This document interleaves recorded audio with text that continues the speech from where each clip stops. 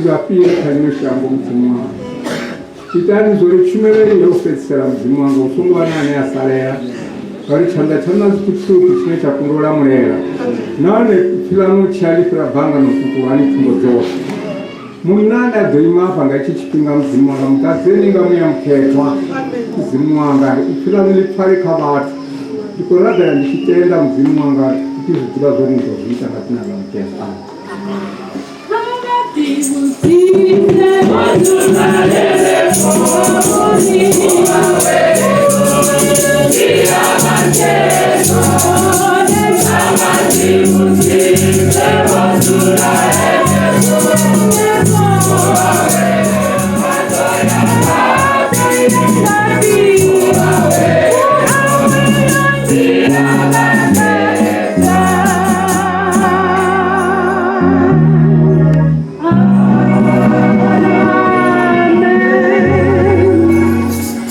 Haleluya. Haleluya. Kuribwa mzimu ukonoro sikirisa katikati cha chumelo ya upedzisa. Ino ndi chumelo ya upedzisa yoone sana. Ridotanga na mtangano ningamgivera. Vamwe risadovona na ordovona na Zimbabwe. Vamwe risadoshika ordovona na Taduru. Haleluya. Kari upedzisa mtangano wa shapa Kapisalema 42 aivale from verse 1. Amen. 42 from verse 1. 42 from verse 1. Satolo ichituruchera mnamjana ya madi. Mbilu yanga iralo turuchera iwe mudzimu. Mbilu yanga inasakala utama mudzimu achiraho. Ndidosvika lini ngeihunenda dovona chifatuo cha mudzimu. Matodzi yanga ndichiliwa changa masiyari na usiku. Ngauri vakodinyamba vari mudzimu wa ungapi. Ndichipfa vachiralo ndiyeredza mbilu yanga zvamisila ndichiyanduniketwa. Ndichivaranga panda uchiwa nduni ya mudzimu nga mifilulu na tendo rigogo lavaloshaho. Mbilu yanga utungufalelani udzindelani ngomuhanga lindela mudzimu ngauri ndikadzidwa mulivuwa onchidzanga chipatuo chawe. Mudzimu wanga mbilu yanga yotungufala ngomuhanga ndizvinenda uelelwa ndishangoni la Yorodane dzitavani dza Remoni kutavani kutuku. Guvuguvu lino lihuwelela lila uchibvuma mativa awu zviamba mikumbela na magabelo au ontibao. Amen. Haleluya. Rikopa vahari vakale vo Davhidha vembilu dzavo dzadzo samusi vachikozvipa rwimbo munasengwa yokuimbore arali ndangashaya Taduru ndidova ndoshaya zvote. Haleluya. Ovovona zvote zvashangwa zvinyadza atodotevele chichitu todotoda vuketwa ngauri ezvo chipfi zvimani mulalo na vote na vuketwa nuzvime nduri chashu kaduva na duva fanelo vari kuzvima uri mudzimu wanga locha lorali lokovela lorali atingosema mumwe muthu atingosora mumwe muthu na ulando amba naye zvavudi ndi vachimbiri vanokozvima ndi zvone zvine rachimbira richizvima ezvo chimbira richizvima mularo chimbira richizvima vuketwa ngauri nga limwe la maduva dova na duva line muvili wa dowela mara zviva zvavudi arali uchionesana na muvili wawo uri roho rwazvo lingana ngauri lwendo lune rakochimbira lone ndi ndwa ukolwiwa Abrahamu uko yaka Abrahamu Saulo uko baka Saulo uko teoba Paulo songo tendo umela ka Saulo ngauri chanama ndo umela ka Saulo mara muyo uba uko utusedzo ulwisa urudzulo Paulo. Haleluya. Riko chimbira boinwe ngoza bukuma mdi wa Taduru hone asistu zineza koto pfindifana ngalo ndistu za bukuma ndistu ndipetu unera doshika ngalimwe la maduva uphiva Abrahamu bo uchimbira wo tulutshelwa vakale vasathu vona vamba variri vafiri kha lino shango. Tonga ndi avuvona mukala wa kale ma chichimila chilila chindi mudali pano pasi ono pe lamandanga unonendo noneta uchimbila ondi ndivofuna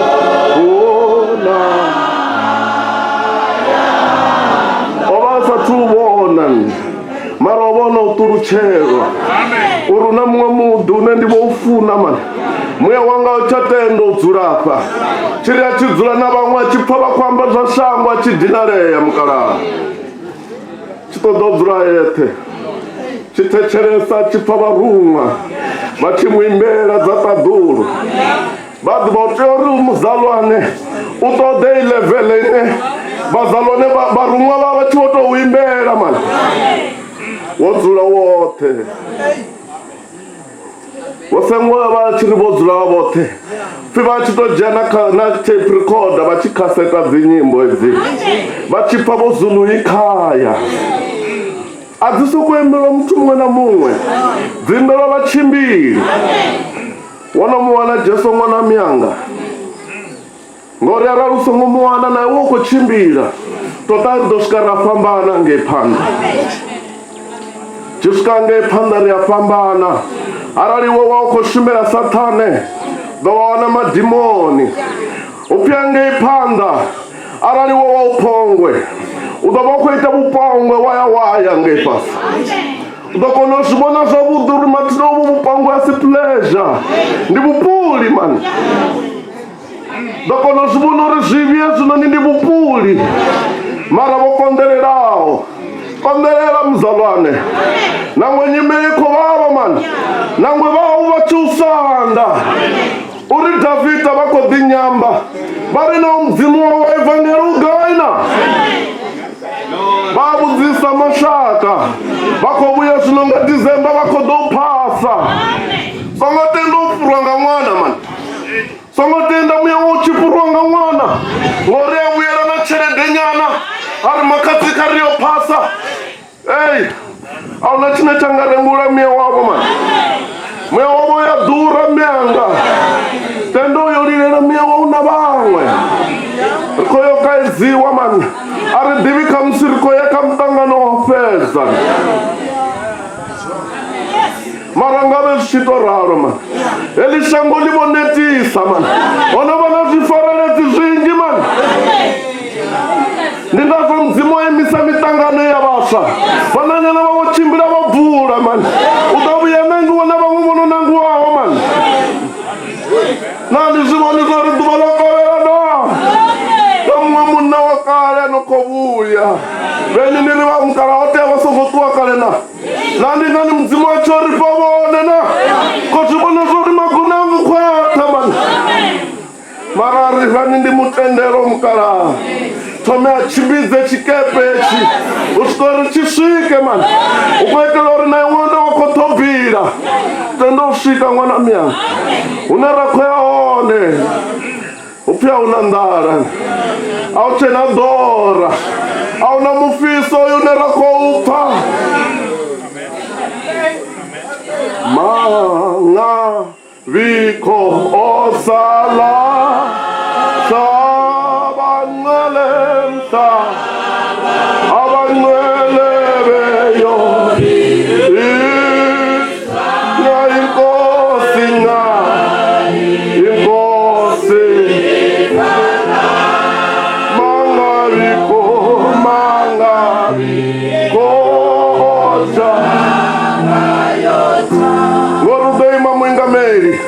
akosedzoria unosalaona vafalane vangu vata ukosedzakanga chavo namnati todurula wavakorichumedza na ugaina Tipaduva the road sign za vewe.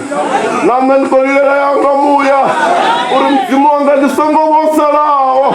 Musiba keto wachio viziwa. Achio pumula mitozi Jesu. Aiwe. Arali wanga sala man. Tawoto sala shengera man. Finga kati chanti kreste. Bagabo shai wanga wabanga 666. Bango bashai wakazipanda. Bango bashai wakajanda. Nichio rengezu ziliwa zinokofareleza. Nezitundu za shango zinokofareleza. Nidani gorenga nga 666. Tembeleni afalani. Baketobe babachita sotamba. Piba dogidimela bachirika msi bafunzi bonetaba ni baone. Mara bafunzi badabotuwa. Dowarotuwa banamyanga. Rida barichikoya daina na Jesu. Rikozura kaimwe tafula ineri divisori yo bagaya yo kumagaima. Ndiali turucherwe no duva. Zumurura 7. Yes. I read from verse 10. Chapter 7 from verse 10. Verse 10. Vabidzelelanga iphinde hulu vari. Vuchidzi ndiya mudzimu wacho wazuroka kulunoni nangwana. Varumwa vose vavaboima votanga kulunoni nala magota na zvila zvichirawo zvila zvina. Vawanga zvifatuwo volivana na kulunoni varabhela mudzimu. Vari amen. Zvirendo na lupenyo na vutali na ndivuo na uhuliswa na manda na nungo nga zive za mudzimu wacho na lini na lini. Mumwe wela magota apindulamba nane ari. Nava vwambara nguvo chena ndivo nyi bavafi. Ndamba naye ndari mune wanga. Zvidiwa nga iwe. Ene amba nane ari. Avanondi vabva matunguni mahulu. Votanzwa vachenisa nguvo dzavo nga malopa angwana. Ni vanokobva matunguni mahulu. Aungadoya vanokobva kadzipleasure za shango. Badi va lwendo lwa mukristo ndi mathupo. Lwendo lwa mukristo ndi matungu. Anefana ka matungu ndiona uchikonewa manda. Auri yapanda mzalwane. Songotendo udzula pasi nga nthanya nyimele man. Nyimele yade yafira. Uri mini yobo. Uri ndo dandorari. Ndido mandorari. Mufumakazi yobona mubuza uri aiwe. Tausema mzimu ufe man. Oba uzanganyu arali asema mzimu dofa. Efo oba uzanganyu arali angala muri oinoni. Atirindi zine satani aita chitodoka kisabona ngwa. Chibona mwana ochikoshana vida. Tia ezi vangelinga sizikone. Tawisa kanganga man kabo mgede bazikone. Wana obalelwa man. Ndubalelwa awa lwendo ngona miya. Kondelera. Arali mwana oda. Arali mzimu wako mjeka mjie. Arali urodze oda man.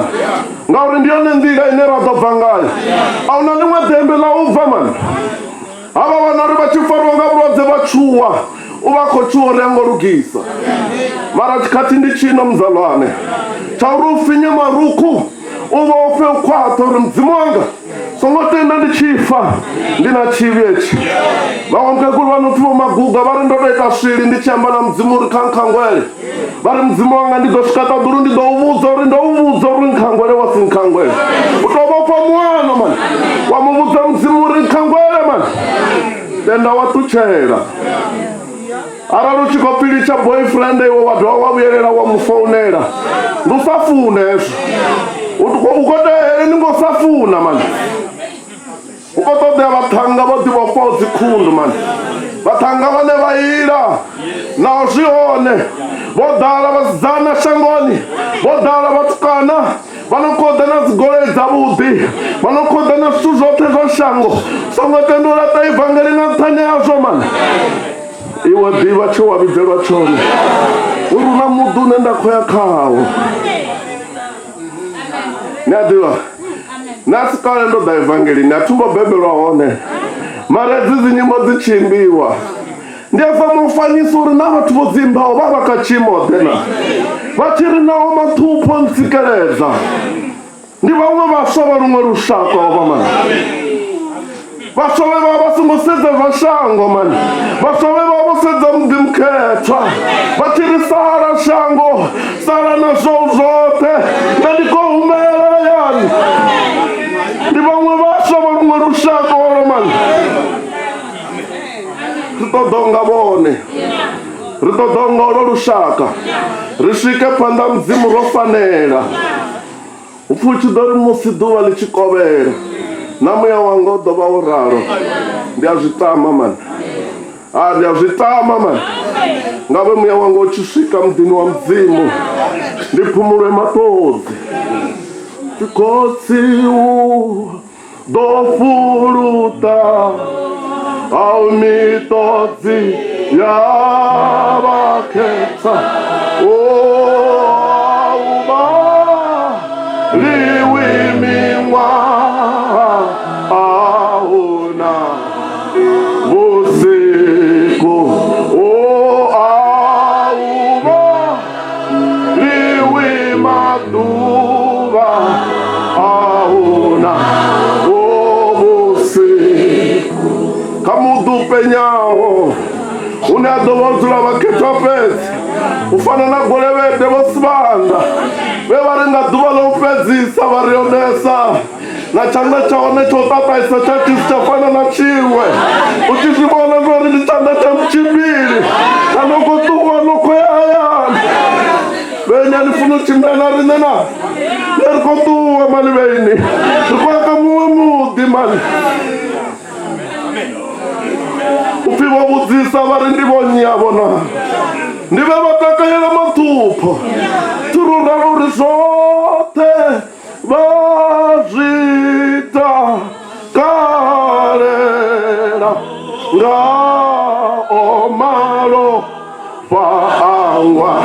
Vhapostola vha tshi dzhiwa vha tshi fariwa vha tshi vhewa fhasi u tshi pfhi ni ṱhukhula dzi ṱhoho vhaṱanga vha tenda. Upfi vha zwi takalela mani, upfi vha zwi takalela vha tshi khou kandiwa nga matombo ngauri vha vhona muṅwe vhuḓi.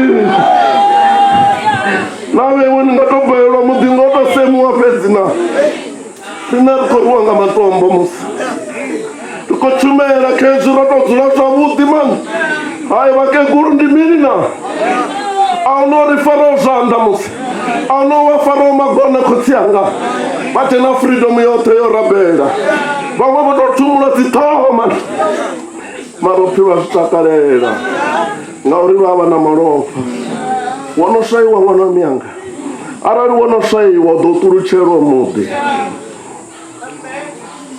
Hai mukala ndi vhona unga zwo fhela mani, zwo fhela muḓi wo no vha tsini mani. Arali u sa